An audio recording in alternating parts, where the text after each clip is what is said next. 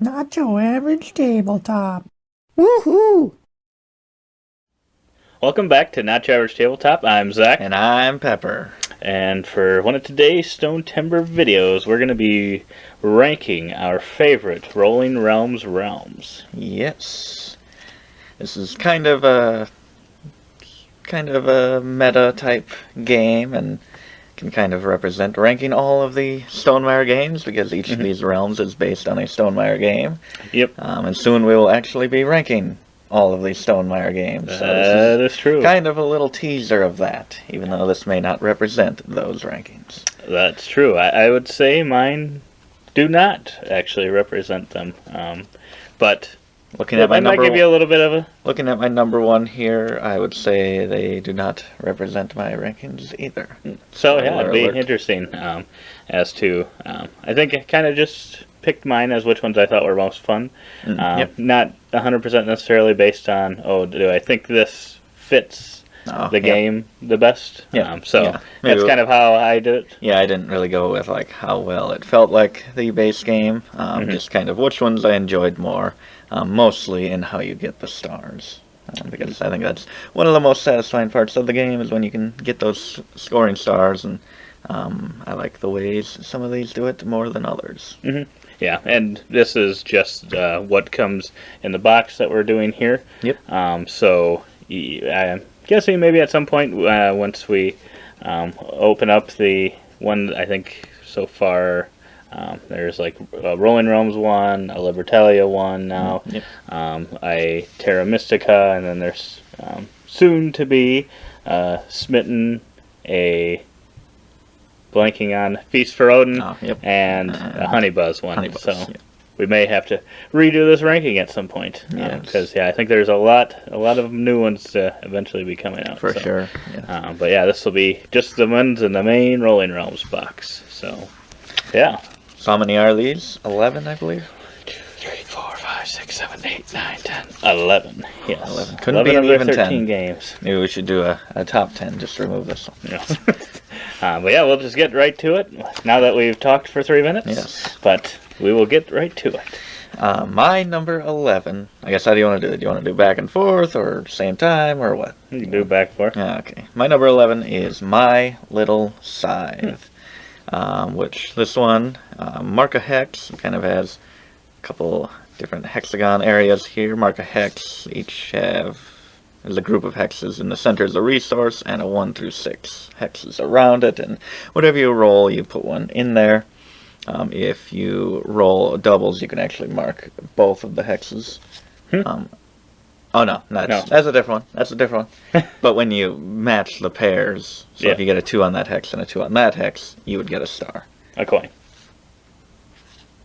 Oh, a coin. That's worse. Never mind. Oh yeah, that's right.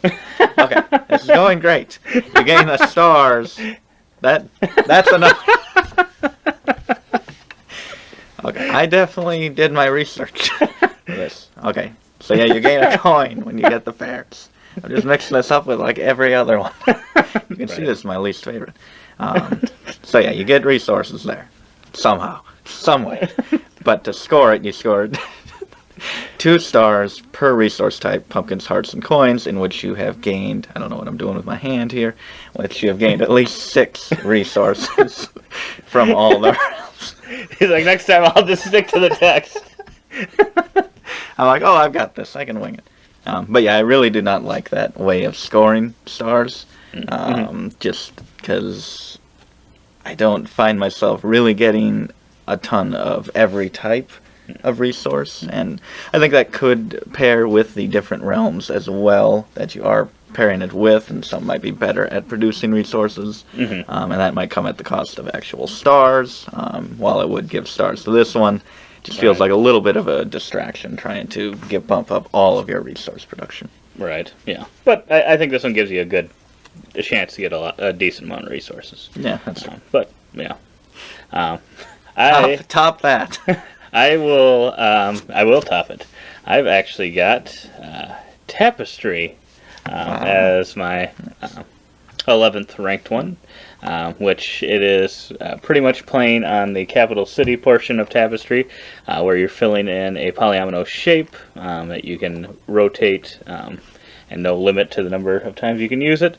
But you gain resources when you fill in a square, which is very much on point with how it's kind of done in Tapestry, filling out your capital city, and then you'll score a star for each row, each big row and big column that you fill in. Yeah, I don't know what it is about this one. I usually like polyomino stuff, and I just am not the biggest fan of this one. It just seems very difficult to do for some reason. I don't know why. I think the doubling of the columns and different things like that makes it a little harder to tell exactly what you need. Yeah, I would agree. And yeah, this one I feel like, and I think there might be some other ones too, but this one I think really benefits from you getting like sixes and stuff to fill in. Bigger. There are I think there are like a certain way you can fill in. Probably with certain shapes. So if you got the 6 and another one, you kind of could fill it in a way to where it's the best way to fill it in, sort of. So I think that's another thing with it is I would prefer to kind of try to fill it in that same way every single time if possible. But obviously, when a game like this, you may just not roll 6s and might have to adjust what you're trying to do. But I have a very difficult time with this one. So that's probably also why. Interesting. But then I'll just go to my 10th ranked one. I'll just study my next one. And it is My Little Scythe. Ooh. So how does that one work again? Maybe some people can see me kind of looking at it. Because, so you're filling in the different hexes of the different numbers, 1 to 6, and you're getting the resource associated with those. So you can, each resource has a 1 through 6 around it. And whichever one you pick, you'll either get the pumpkin or the heart. And if you fill in both of the same number on each of the resources, you, in addition, will get a coin when you fill that second one in. And like you said, then you'll get two stars for every resource out of those 3, the pumpkin, heart, and coins, that you have 6 or more of. I don't find that one as enjoyable, I guess. It's just... It is one that can be a little bit more difficult depending on what other realms, like you said, you have paired with it. But it is a good way to kind of get additional resources if you're not... Hopefully you're not rolling the same numbers over and over necessarily for this. It seems like a lot of time you kind of settle into the same numbers. That's the way the dice are. That is kind of what always happens. So then it kind of makes this one really tough because it's like, it can get really. There's another 2, but I've already filled in both the 2s. So then it's like, is it worth spending resources to fill in another one of these? Just get one resource. It doesn't back? feel great because you're gonna have to hit on all the different numbers, and odds are you want some of those specific numbers for other things, and to sacrifice that to just get a resource. It's not great, but yeah. My next one is Between Two Cities. So in this one, it has kind of a 3x3 grid, and you will be filling those squares with numbers, and the same numbers cannot be orthogonally adjacent. And it has various resources for bonuses for when you fill a row or column. And you score points equal to the lowest score of the other 2 realms that you're working with. Usually you're working with 3 at a time. So then you'll score kind of similar to the way Between Two Cities works. You score your lowest of the other 2, which I like that idea, to kind of just focus on bumping those up. But then that kind of, I never really focus on this one. I could just kind of get enough spots filled, just try to get one of the rows filled, and get some resources, but otherwise it just doesn't excite me for what it does itself. I'm just pretty much trying to get enough filled in there because you can't score stars higher than the number of filled squares there. So I'm not really focusing on it for the resources that are printed there. I just do it just so that I can score those stars. Just how I play it. Okay. Oh boy, I have a feeling that's going to be one of your top ones. Yeah, we'll find out. My next one is The Society. Ooh. which is pretty much Red Rising. And this one you have a pyramid of cards, pretty much a pyramid without the top there. Just 4 cards, 3 cards, 2 cards. You can fill the cards in any order, and each card number must be lower than the one directly above. So you gain a bonus when completing a row again of either a bunch of resources, a little fewer, just based on how many cards it took to fill out the rows, pretty much. Which are a good chunk of resources, and they look very exciting sitting there, but you have to look and say, that's going to take 4 cards to get 4 resources. It's 1 for 1, and you get a star for every kind of junction of 3 filled cards. And it's nice that you can do it in any order, and you don't have to work from top to bottom or bottom to top, so it's a little more freeing to get some stars. And if you fill it completely, you get that top star as well. It looks like a fun one. I don't have that much experience with this one. I've only played this one maybe a couple times, but it feels like a lot of work to actually fill it out, but I don't think it's very limiting. It could move up more with more plays, but just not one that is super exciting to me currently. We'll see where that one ranks for me. It could be higher. But yeah, I get into my number 9 then, and that is Pendulum. So in this one, you're either outlining an octagon with any number, so it doesn't matter what you have. It kind of, which is really freeing. That's not typically the option in most of the realms. I think that might be one of the few. I don't remember if there's others that allow you to do that. Not really care about the number that you're doing. Or you can mark a specific hourglass, and then you've got 3 hourglasses, one with a 6 in it, one with a 5-4, and one with a 3-2-1. And then you'll gain all contents of outlined octagons when completing an hourglass. So kind of those things that you can fill in. There's 3 of them that are double resources, and each of the combinations. So you got the pumpkin heart, the heart coin, and the pumpkin coin, and then you've got 2 different ones that are a star and a star. I feel like this one, it feels very much like Pendulum to me, because it feels like a bit of a race. I feel like you want to try to get something on here almost every single time. Yep. And you also, I feel like, or at least I've always felt, that I want to get those stars. Yeah. Yep.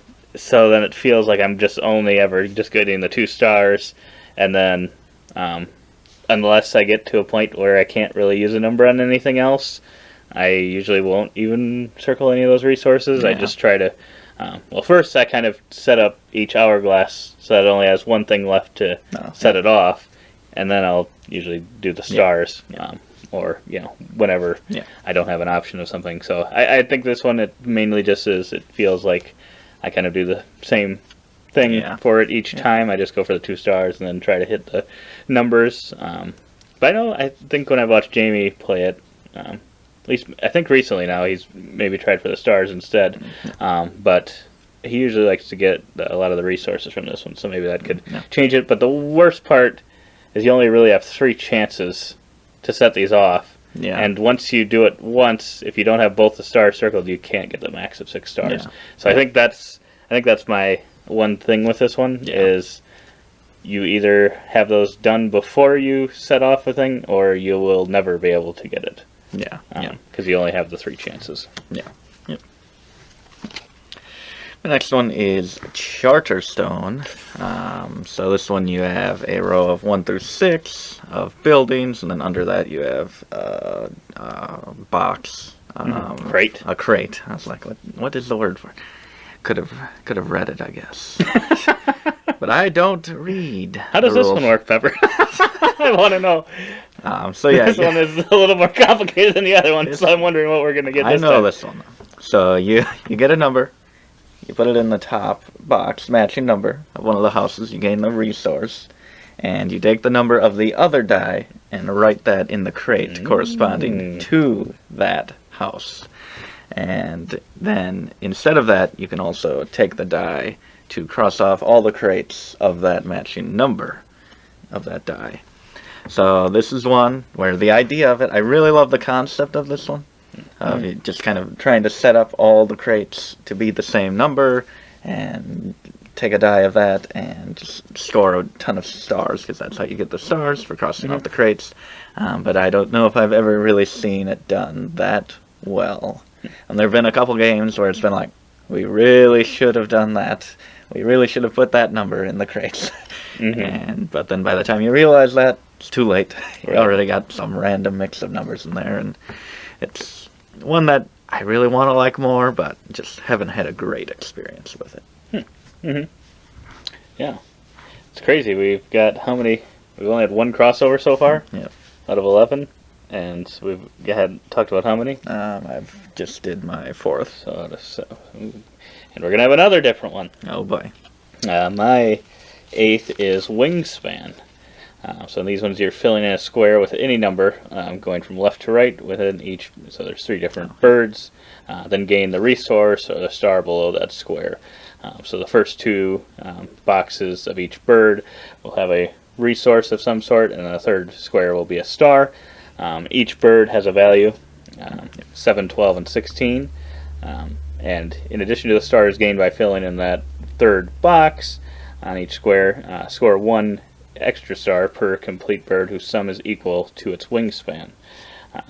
So I like the idea of this one quite a bit. And I do like, I guess this one kind of allows you to play any numbers, kind of like the other one. So there is that where you're at least able to kind of just put whatever you want in there. You can gain those bonuses for sure, and those stars. Right. But So that is one good thing about it. But yeah, I don't know. It just doesn't. I mean, it feels satisfying when you hit them, but sometimes I feel like you just don't get the numbers you need. Yeah. And the 16 is pretty tough Yeah. to get because you need a couple big numbers for that one. Yep. And if you're kind of doing, say you have Tapestry where you also need a lot of big numbers. Yep. If you there's some of these I think that seem to need a little bit bigger numbers than others. If you get a bunch of those put together, it becomes very difficult unless you're rolling pretty high, which can happen. Yep. Because like we said, I think sometimes numbers just seem to get hot, and I don't know why. Unexplainable. It really is, but it happens. But yeah, Wingspan. My number 7, we have another crossover. I have Wingspan. Yeah, just the same thing. It is nice and free in that you can just put any numbers in there, but I get distracted. I need to try to get the exact number. So if something's not that great, I'm not just going to put it in there just to get the resource or get close to that star. I need to set myself up to be able to get that number. And it's just disappointing when it often doesn't work out and you can't get it, or you've one off and can't adjust the die, and Right. it can be painful. But just when it does work out and you get that exact number, it's really nice. Yeah, I would agree, and I think there's been a couple times where I have gotten them all, but yeah, it does feel like one of those things like, oh, I gotta get this exactly. But yeah, it does make it fun, because then that is one of the times for sure where you're like, oh, I need this specific number. So I do like that in the game. But then I get to another crossover Nice. between 2 cities. So that was the one where you've got your 3x3 grid. I think I like this one a little bit more than you, because I do like filling it in for those bonuses.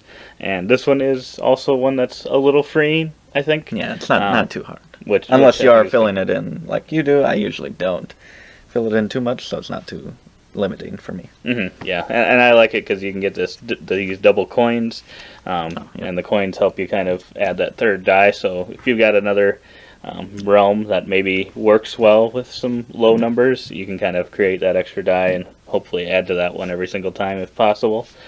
So I do like that one of those is to get double, or 3 of I guess 3 of the lines kind of can give you double resources, but I'd really like when you can get a lot of coins quickly.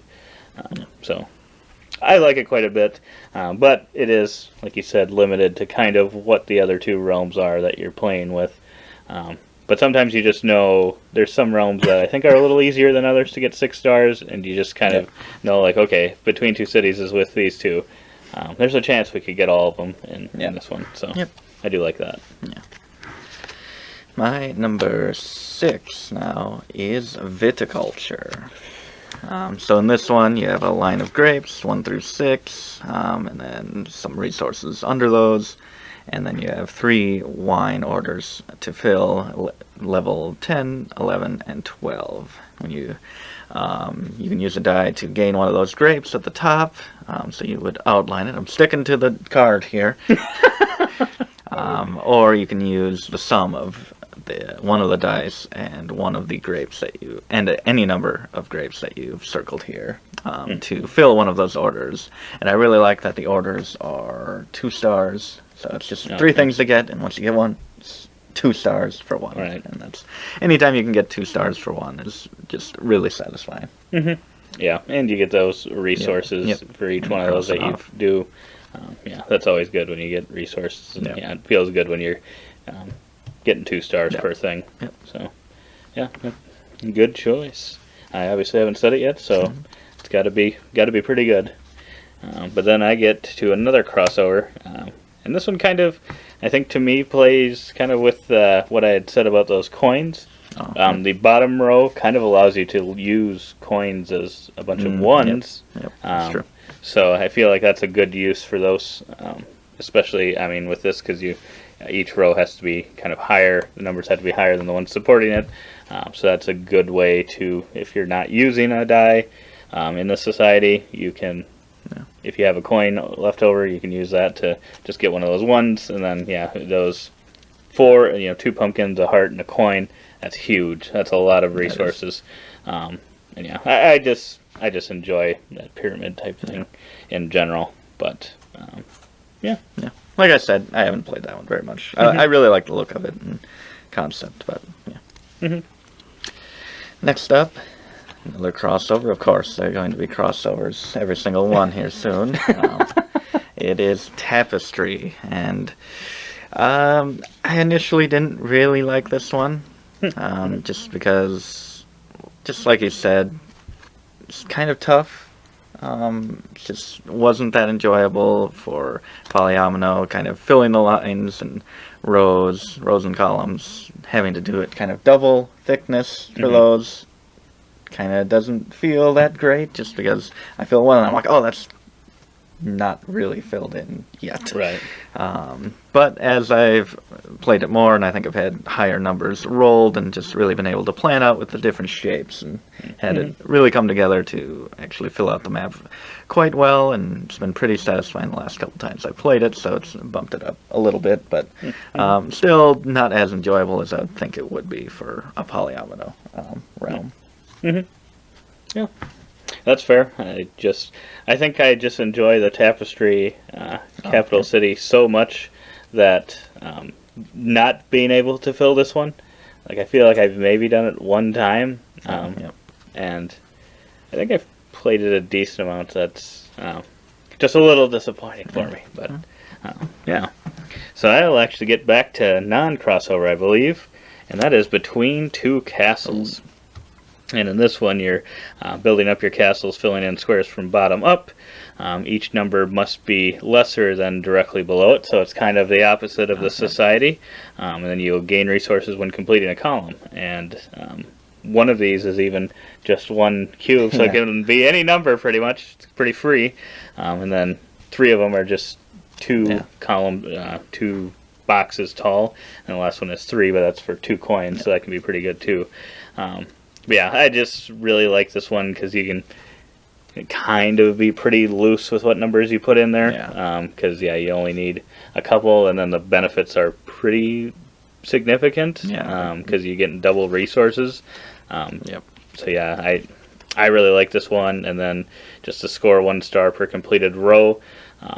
Which, like, for bottom row, that's easy. Any numbers can go in there. You can guarantee yourself 2 points. Right. So yeah, it's a pretty solid one. I like it quite a bit. Because resources, easy to put in there. It's a fun one, for sure. I'd put that in with the Between Two Cities. Might have a chance if you get one more good realm to get the old 18 stars. My number 4. Is Pendulum, which is my last 2, Tapestry and Pendulum, were pretty low on your list. But yeah, I just, like you said, getting those 2 stars. Feel like lately I haven't enjoyed it as much, but it is really satisfying. Like I said, to get 2 stars at a time. Yeah. I think that's also one thing unsatisfying about the Tapestry one is you do all that work and it's just 1 per row and column.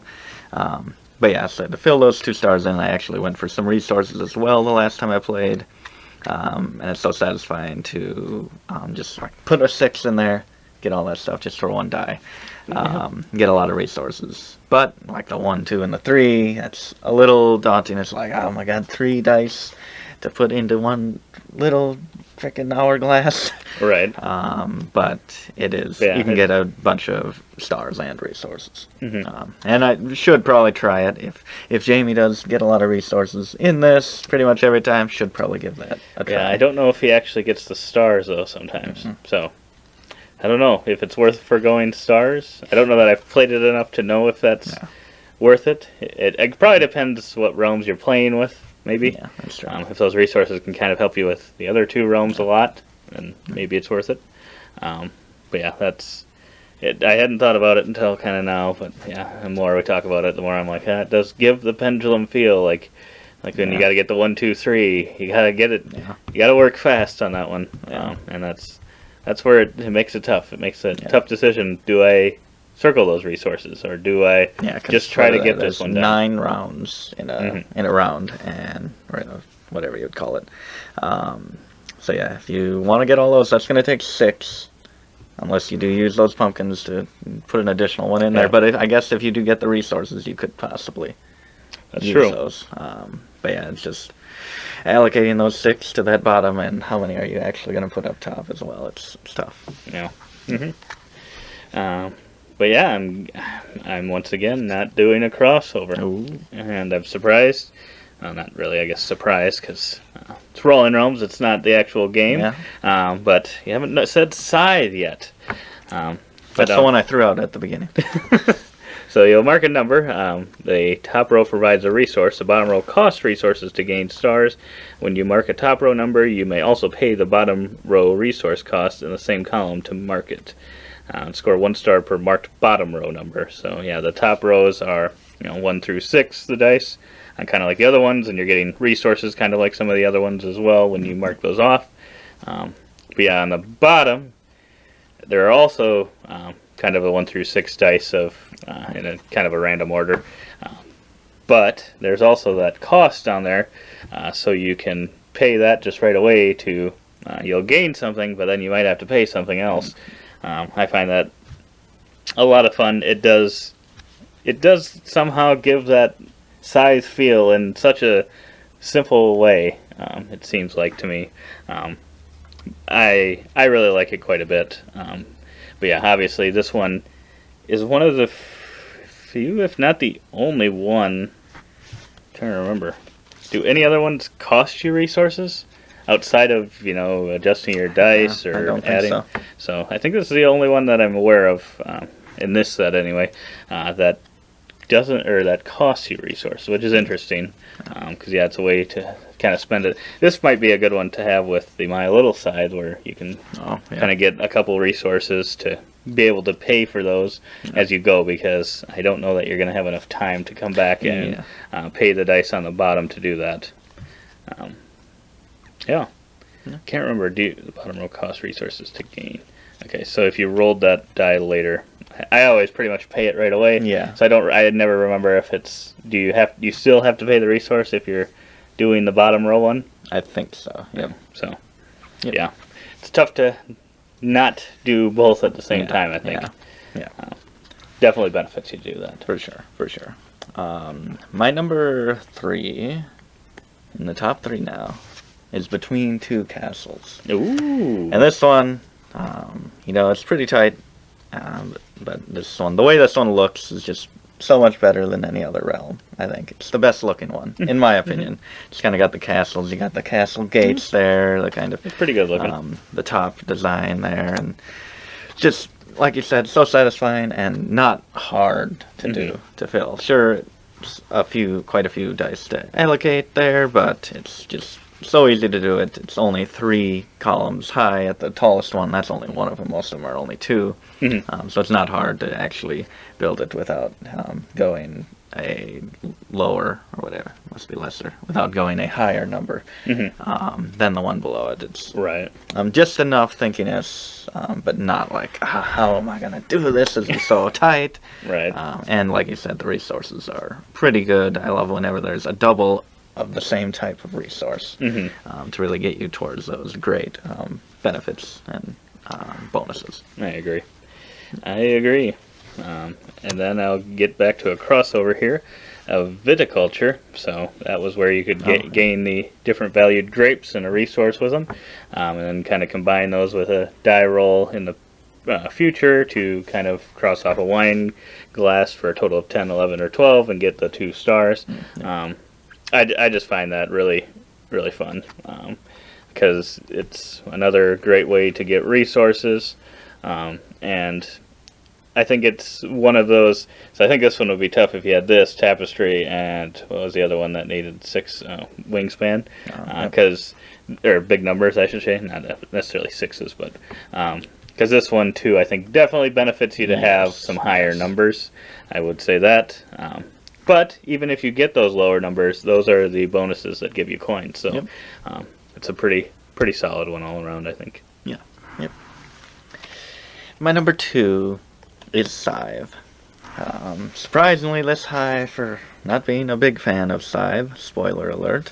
But yeah, like you said, you can mark a number on the top, and at that moment you can pay the resource for the row below it to gain the star, or you can possibly come back on a future turn and get it. I don't know if any of us have ever done that. Yeah, I don't know. And I don't know if it's a thing that really ever happens. But it always feels nice just because there is that there.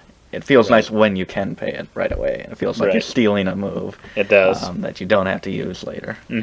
I do like that feeling. Yeah, really nice. Because it definitely makes you feel clever, even though it's probably the right thing to do most of the time. Yeah. You probably, if there's an opportunity, especially if it's like your first turn or something, you don't start with any resources, and you have a realm that can give you a resource, and then the one you're going to have on the bottom part is that same cost.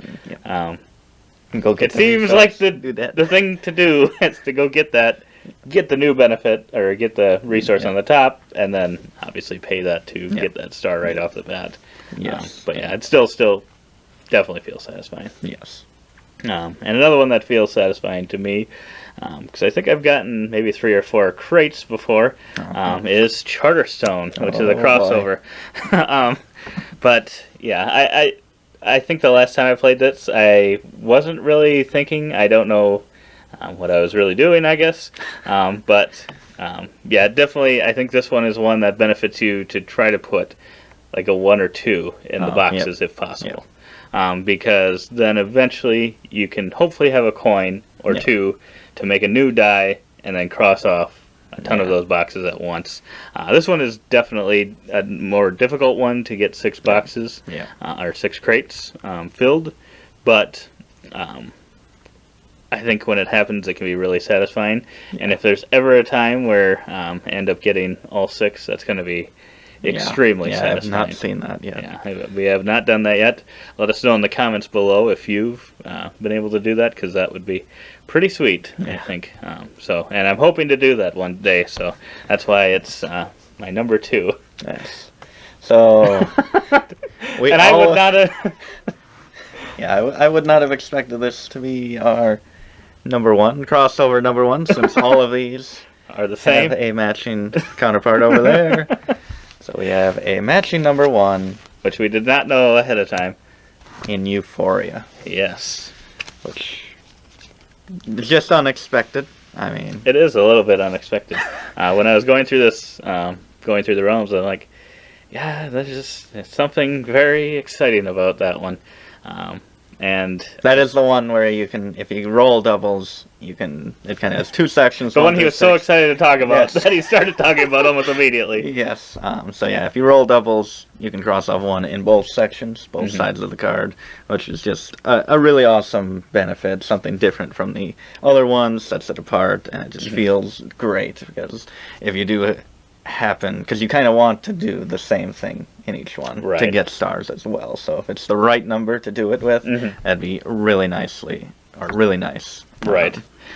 Yeah, you probably definitely need to roll like a 1, 2, or 3 doubles, so it kind of limits you a little bit. But if you do, that's insanely satisfying, and it always. So yeah, I guess we didn't really totally say it, but yeah, you've got 2 sets of numbers 1 through 6, in kind of some columns.